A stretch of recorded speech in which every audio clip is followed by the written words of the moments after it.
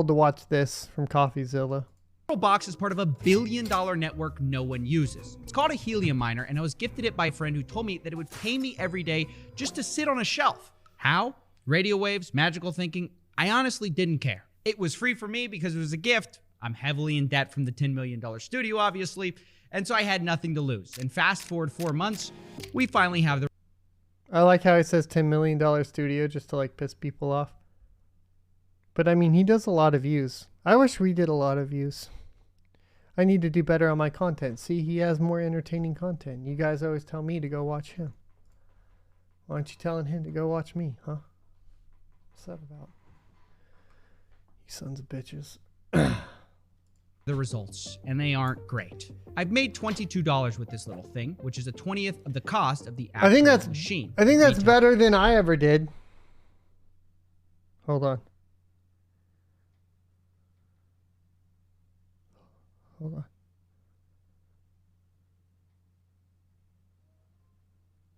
I think mine's offline again. God damn it. Needs attention. You son of a bitch.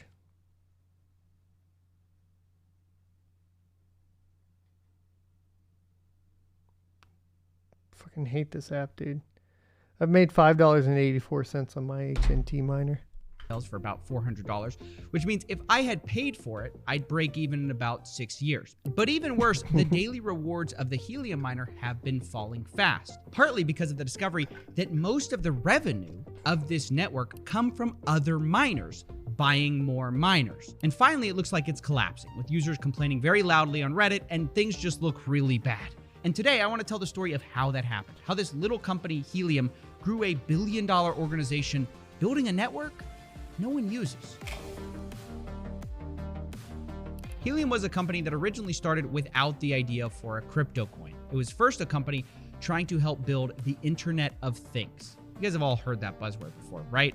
Internet of Things, or IoT. It's basically the trend of putting Bluetooth in your toothbrush, radio sockets in your socks, basically connecting everything with the internet, even things you wouldn't expect, like this ring on my finger right here. Right now, it's selling health data to some overpaid pharma rep as we speak. That's IoT. And the point is, if you're going to connect everything to the internet, these IoT devices, which are much smaller usually, have different needs than something like, I don't know, your phone. You don't need to transmit large amounts of data. I always do like how, like, because I do talk about this a lot with people that are asking me how to get into IT. And I'm like, the number one thing is to just learn what all the abbreviations mean. But then not just learn them, but understand. Like, Internet of Things, what does that mean? Well, that really just means that, like, your Ring doorbell is connected to the internet, right? Like, that's a thing of the internet. That's all it means. Like, the best thing you can do, especially as you get older, is just to learn all the definitions of everything. And then that's, I mean, that is pretty much all that all the CEOs do, right? It's like PBAAS. It's like, what is that? Public blockchain as a service. That's all it means. But just knowing that already puts you ahead of a whole bunch of people, right? You're dealing with tiny batteries, and you need these devices to work over long distances, which is why Helium uses a special frequency range called LoRaWAN, also known by its much catchier name, LongFi. And you don't need to fully understand LongFi to just know that Helium set out to kind of catch this wave of Internet of Things devices. But as they set out to build this network, there was a big problem, because how can you afford to build a huge network without people paying for it first? And on the other hand, how do you get people to pay for you to build a network without building it first? It's a classic chicken or egg problem. And Helium struggled with this until they found out about crypto and devised a way to do both at the same time. They did this by creating a crypto token called Helium Network Token, or HNT. It works in two ways. On the one hand, it rewards people who set up hotspots, that's on the supply side. And on the other hand, if you want to use the network, you buy HNT and spend it on the demand side for data credits, which is simply a tiny packet of data. And the idea was early adopters who set up little hotspots like this would make lots of HNT, which in the future would be valuable as more and more people needed to buy. Well, you think CoffeeZilla looks younger here right now? I don't know.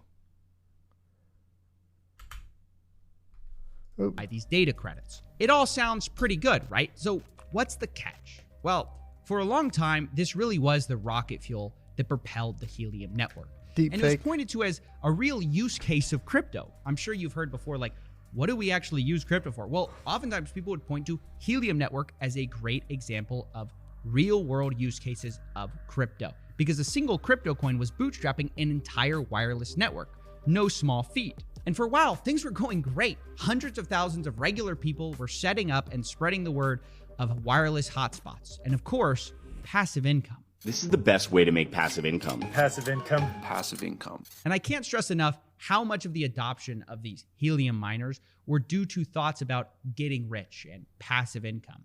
And initially, payouts were eye-watering. It was a lot of money.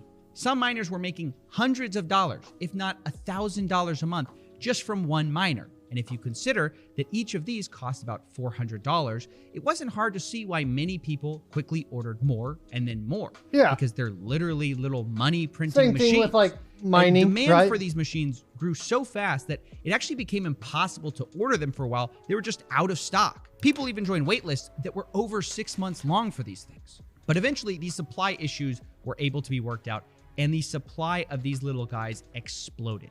Just in the year of 2021, they started API the is a year good one. with All of them are good in 14,000 of Lightning. these hotspots deployed, and they grew that to 450,000 in 1 year. But then That's understanding over what an 3,000 API is hotspots actually a used day. for. Right now, they have 900,000. Then your next level, which right? by anyone's standard is impressive. However, behind the scenes, trouble was brewing. The first sign of trouble Dun, was when dun, Helium dun. started to reach a saturation point in the market for hotspots. Basically, Helium operates on a grid system where you're incentivized to provide coverage in high usage areas, but if you have too many people around you, it hurts your profits. So in an area like this, it really isn't profitable. This made it so that more and more people were competing for increasingly smaller shares of profit as the Helium network exploded. And that might have been okay if on the demand side, Helium had been seeing increasing adoption. You know, selling the actual product of connecting the Internet of Things. But unfortunately, that's not what was happening. By looking at the data that the Helium network themselves provide, we see absolutely abysmal rates of adoption. Remember that in 2021, the number of hotspots went absolutely parabolic, as you can see here. And one would hope that usage would follow. But looking at the data credits used, we see a different story. Now, I'm going to have to explain what this chart means, but basically, this is the entire Out of stock revenue because Helium of the removed network, DIY. the data credit usage. But not every part of this chart represents actual demand for Helium, because there are several ways you would use data credits in Helium. For example, it costs $10 in data credits, for example, just to set up one of these mining hotspots. But that isn't actually someone connecting an Internet of Things device. And the same is true if you want to change the location of this device. It costs another $10. You can also be charged fees for using the network, and there are all these proofs about like if your hotspot is where you say it is. But none of this is actually the system doing what it's designed to do, which is connect these devices. Instead, that category of data 28 credit Ti usage isn't belongs good to on the Ergo, no data Jellyfish. transfer category. But it's This really you good can see on in yellow. And Caspa. if you take a close look at this chart again, in Flux. you could hardly Pretty see good the at actual Ravencoin, usage too. of the network in comparison with all the insane amounts of data credits burned for everything else. This means a few things.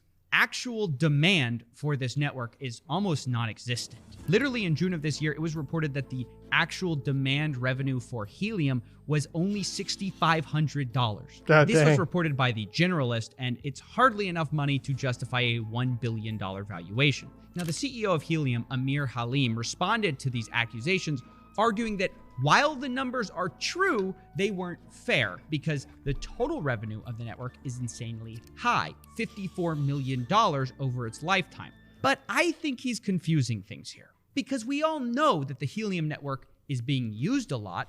The problem is who's using it. This whole adoption scenario by real people we've been promised isn't happening. Instead, it's all the miners who are using the network of other miners. For example, in the last 30 days, you could argue Helium made $1.8 million in network fees, but the actual demand side of these fees was only $2,000, meaning 0.1% of the network revenue is from actual Internet of Things usage, which is just horrible. And understanding this starts to make sense of why miners were actually making so much money early on. It wasn't because people were actually using the network. It's because other miners were onboarding thousands of new hotspots a day and paying tons of fees. It was sort of like a Ponzi-like system where old investors were paid from new investors. Yeah. And once the market got saturated, it was all doomed to fall apart. And many of the investors who got involved for those passive income dreams are now left with expensive plastic boxes that may never pay off. That's, of course, assuming this LongFi dream doesn't work out, because some optimists will argue that the reason LongFi hasn't been these adopted HNT devices, could we repurpose them for something else? I haven't really looked into it. That would be kind of fun.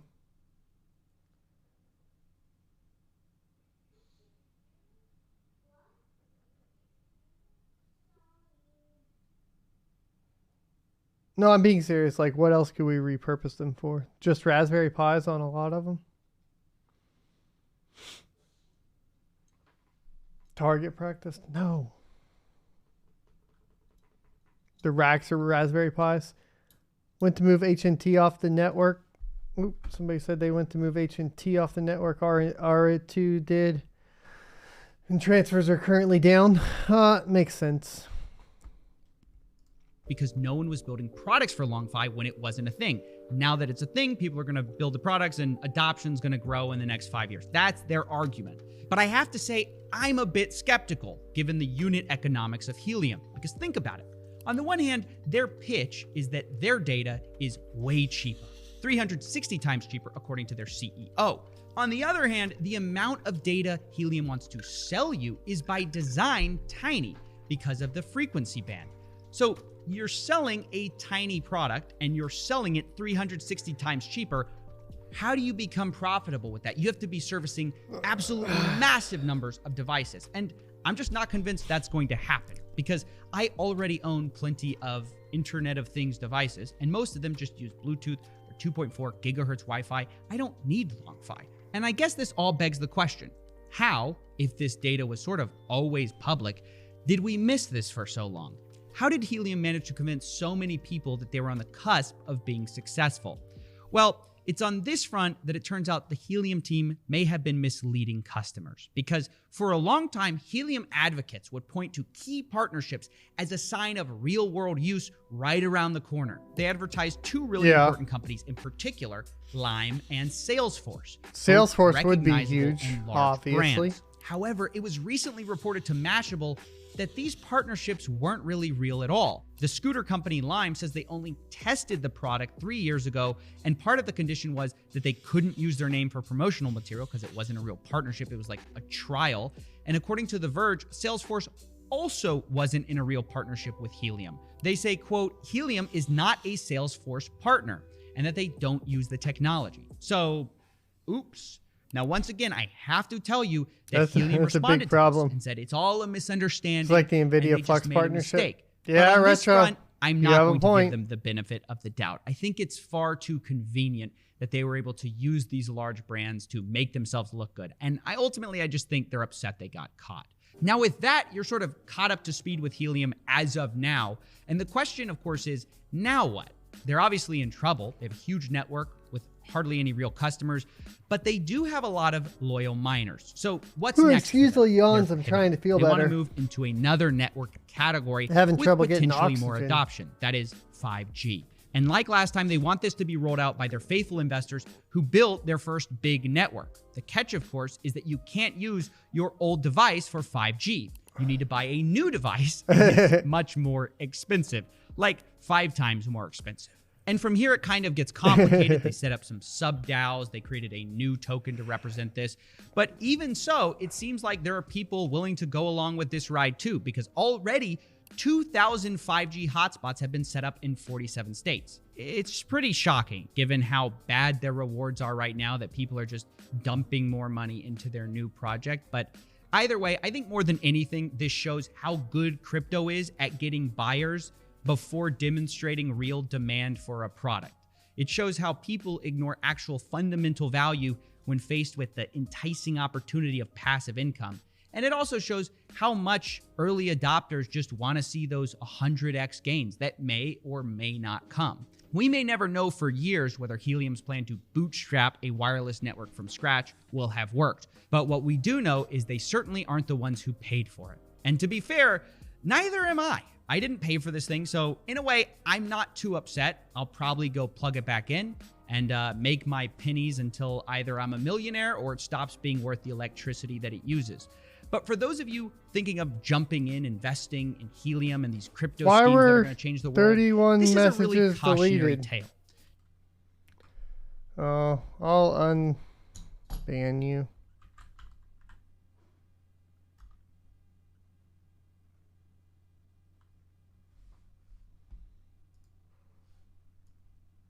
You gotta be careful of anything. I don't know what you did though.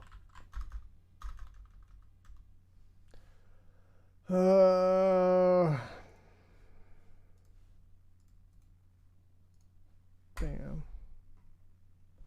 There you go. It's because we're still early, bro. Just because you build it doesn't necessarily mean customers will come.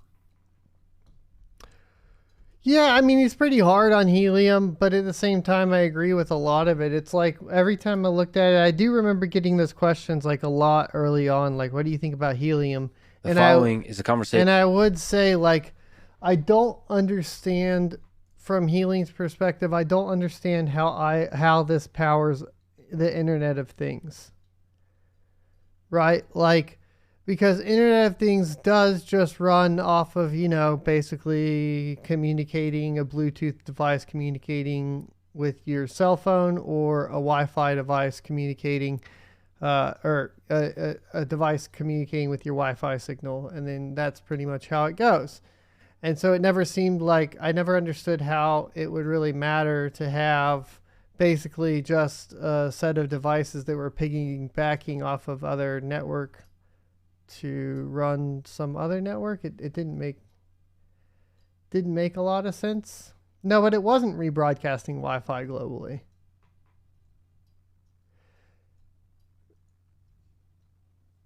Only if it was like an Internet of Things device, right? Or at least that was the idea.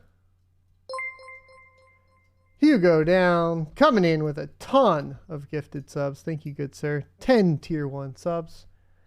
Putting us at 155 out of the 200 sub goal. Thank you, good sir. Babel says, I thought it was a tracking system. It's just the government.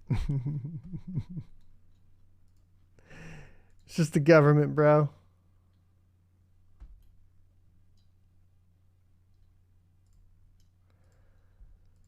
Just the government, bro.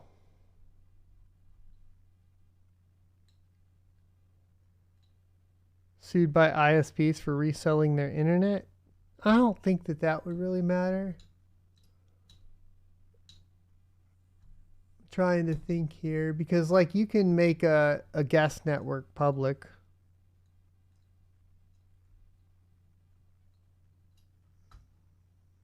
They can't tell you not to service other people, because then when they have issues with, like, I don't know, hospital Wi-Fi and all that.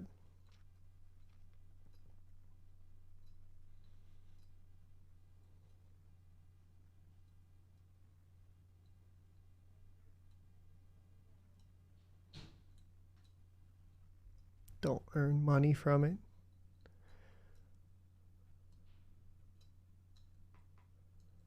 AT&T miners run small agricultural monitoring devices for farmers and government's parks, but it's not doing that, right? Because it's only like 1% of the actual shit that's taking place on the network. Everything else is just miners paying each other, which is what he was showing, right?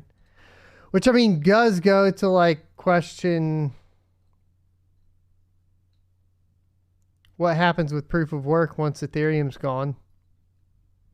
Does it just turn into miners paying each other?